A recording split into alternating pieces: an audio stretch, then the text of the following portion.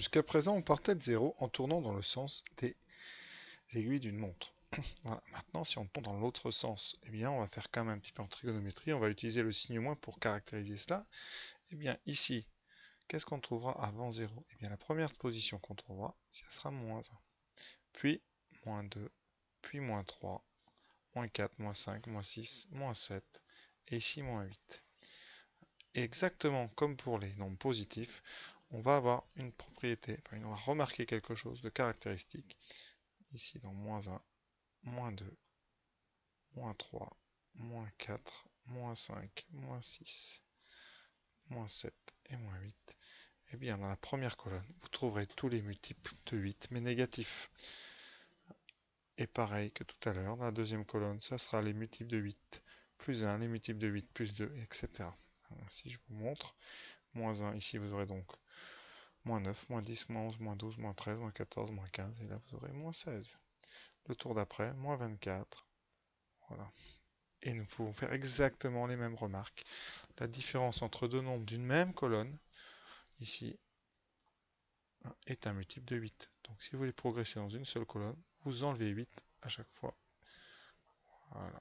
Ici, moins 4, moins 12, moins 20, moins 28. Si vous allez dans l'autre sens, eh bien vous ajoutez 4. Vous ajoutez 8, pardon. 4 et 8, 12, 20, etc. Voilà. Donc vous formez une sorte d'échelle. C'est-à-dire que si maintenant on met les choses sur une droite, voilà ce que ça donne. Sur une droite, comment représenter un petit peu ce qui se passe? Donc, vous trouverez, il faut indiquer tous les multiples, par exemple, pour modulo 8, tous les multiples de 8. Donc je gradue 8, vous avez 16, vous avez donc 24 ici. Et allant de l'autre côté, vous aurez donc ici un moins 8, 8 cases plus loin, un moins 16, etc. Tous ces nombres-là sont égaux, congrus, modulo 8. Et si vous mesurez l'écart entre deux de chacun de ces traits, vous aurez forcément un multiple de 8. Si vous avez deux espaces, vous aurez 2 fois 8. Si vous avez 3 espaces, 3 fois 8, etc. Donc, comment on repère des nombres égaux modulo 8 sur une droite? Eh bien, il suffit que vos deux nombres, alors exemple ici, soient espacés d'un multiple de la longueur ici que j'ai choisi comme étant 8, c'est-à-dire de 8 carreaux. Donc, deux croix correspondent à des nombres congruents modulo, enfin congrue modulo 8 si vous avez un multiple de 8 cases entre les deux. C'est le cas ici. Et donc vous retrouverez tous les nombres égaux modulo 8 qui forment une échelle avec un pas régulier de 8 sur la droite des réels. Voilà. Donc la notion est assez simple en termes de calcul. Vous n'avez pour l'instant, pour montrer que deux nombres sont égaux modulo 8, qu'à mesurer la différence et à l'estimer par rapport à votre module. Module qui, dans mon exemple, est 8, mais qui peut être 7, 10, 15, etc. Voilà, je vous propose maintenant un petit exercice où on va essayer de simplifier la congruence donnée. Alors je vous donne ici A qui est égal à 2731, mais cela modulo 6. Voilà, donc il va falloir un petit peu simplifier ça, puisque vous savez que modulo 6, c'est un ensemble de points sur la droite qui est une échelle graduée de 6 en 6. Et nous, on va essayer de trouver une position plus petite que 2731.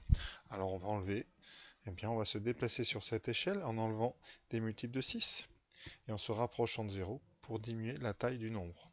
Donc on peut y aller tout doucement. 2731 par exemple, si vous enlevez 6, ce sera au même endroit que 2725.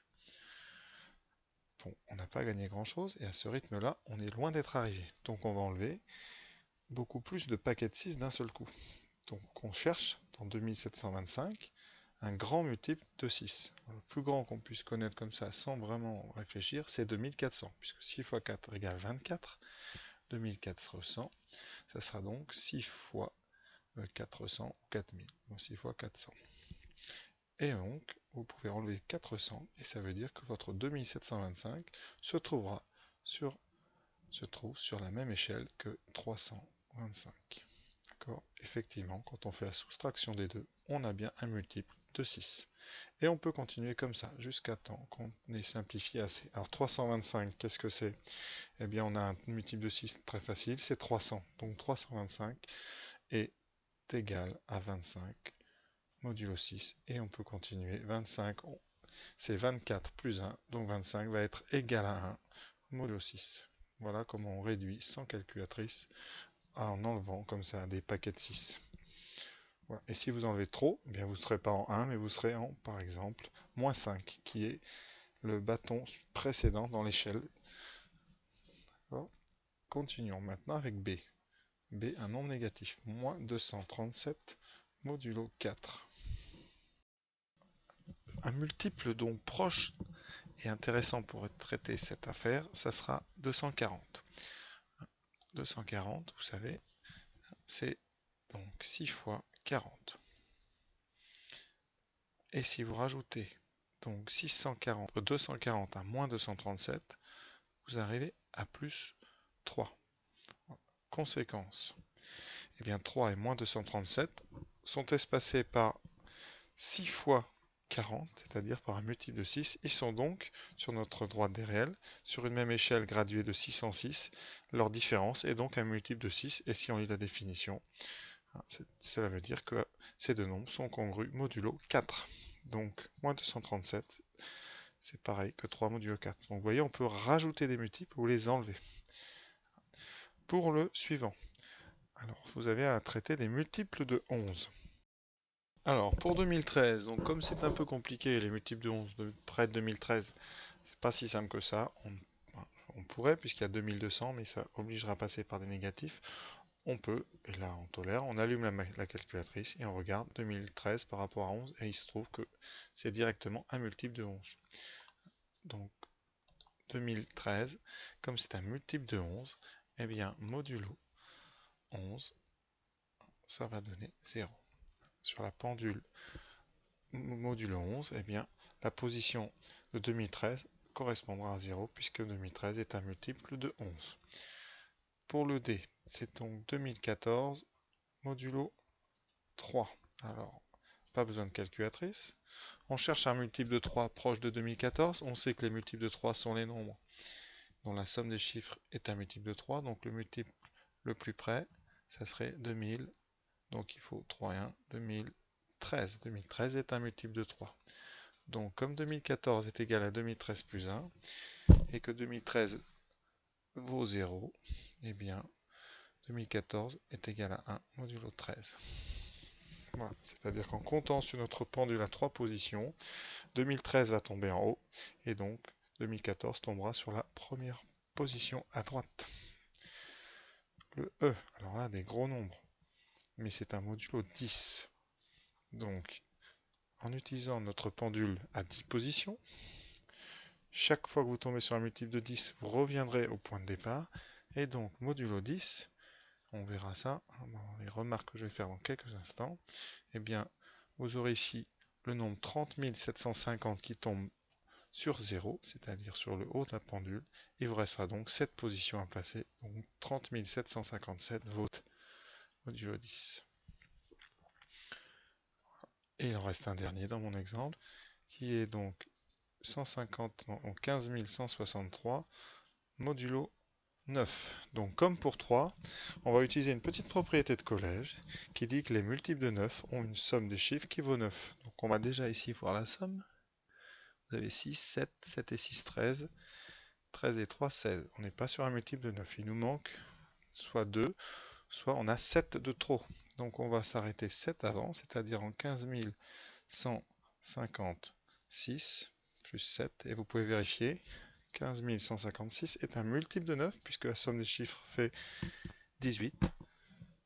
Et donc, votre 15 156 sur notre pendule va tomber sur la position du 0, et donc 15 163 tombera sur la position du 7.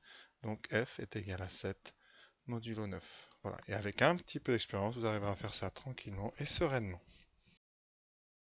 Voilà. Et pour ceux qui aiment bien lire, j'ai indiqué là la réponse écrite à chacune des 6 questions que je viens de corriger avec la décomposition que j'ai utilisée. Voilà. Ou au moins celle que j'avais utilisée quand j'ai fait le corrigé.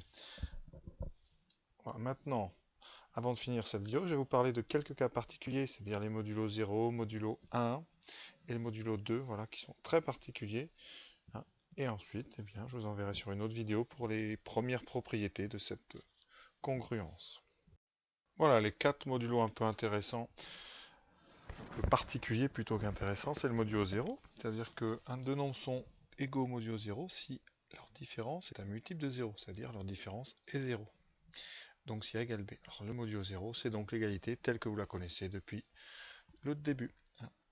Le modulo 1, lui, ne va servir à rien, mais si on traduit, deux nombres sont égaux au modulo 1 si la différence est un multiple de 1. Comme A et B sont des entiers, eh bien c'est toujours vrai. Donc tous les nombres sont égaux. Donc modulo 1, ça n'a aucun intérêt. C'est un endroit où tous les nombres sont égaux. Voilà. Un monde idéal, quoi. Modulo 2, vous avez deux valeurs possibles, soit égale 0, soit égale 1. Voilà. Et en fait, en étudiant un petit peu, on s'aperçoit que tous les nombres pairs tombent sur 0 et les nombres impairs sont 1. Donc le modulo 2, c'est le modulo qui permet d'étudier la parité des nombres. Voilà. Le dernier qui est très particulier aussi, c'est le modulo 10, hein, qui donne en fait le chiffre des unités. C'est-à-dire que 1743, c'est 3 modulo 10, tout simplement parce que tous les nombres, hein, comme par exemple 1743, c'est 1740 plus 3. Et donc quand vous séparez comme ça avec les dizaines et les unités d'à côté, les dizaines vont s'annuler puisque ce sont des multiples de 10. Donc le modulo 10 donne tout simplement le reste après division par 10, c'est donc le chiffre des unités. Voilà. Alors il y a un petit modulo qui est particulier aussi, si on peut souligner, c'est le modulo 4. Alors il y en a d'autres comme ça. Le modulo 4, vous savez que un nombre est multiple de 4, il suffit de regarder ces deux derniers chiffres. Donc un modulo 4, par exemple, 1743, sera égal à 43 modulo 4. On sait. Alors après, il faut réduire 7, mais voilà. Comme ça, plein de petites astuces qu'on va apprendre à travers ce chapitre, au travers de toutes les vidéos que vous allez regarder avec attention, évidemment. Voilà, cette vidéo touche à sa fin et je vous envoie vers la suivante, celle où je ferai le lien entre donc, les modulos et la division euclidienne, vue dans le premier chapitre sur la divisibilité. Voilà, je vous parlerai aussi des tables de congruence et dans d'autres vidéos sur les propriétés de cette congruence. Voilà. Alors j'espère que ça vous a plu. Évidemment, comme d'habitude, si ça vous a plu, n'hésitez pas à liker et en parler autour de vous. Voilà, je vous remercie.